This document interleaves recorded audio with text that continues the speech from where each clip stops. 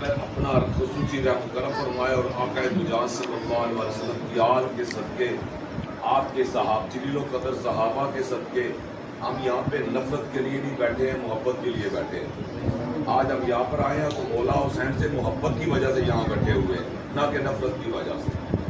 تو حق بھی یہی بنتا ہے کہ ہم محبت کو بڑھاوا دیں، نہ کہ اس میں کسی کو پیچھے کھینچے کسی کو۔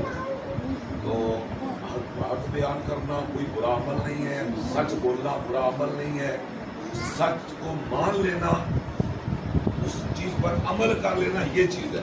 صرف ماننا زبانی کچھ اور چیز ہے، عمل کرنا کچھ اور چیز ہے۔ جناب امام حسین نے کربلا میں گردن کٹا کر بتایا اور ہمارے لیے یہ پیغام چھوڑا، اور آج بھی ہم کہتے ہیں اسلام زندہ ہوتا ہے ہر کربلا کے بعد۔ تو اس کے لیے انہوں نے عملاً کیا تھا، نہ کہ زبانی کلامی۔ زبانی کلامی سے کوئی معاملہ نہیں ہوتا۔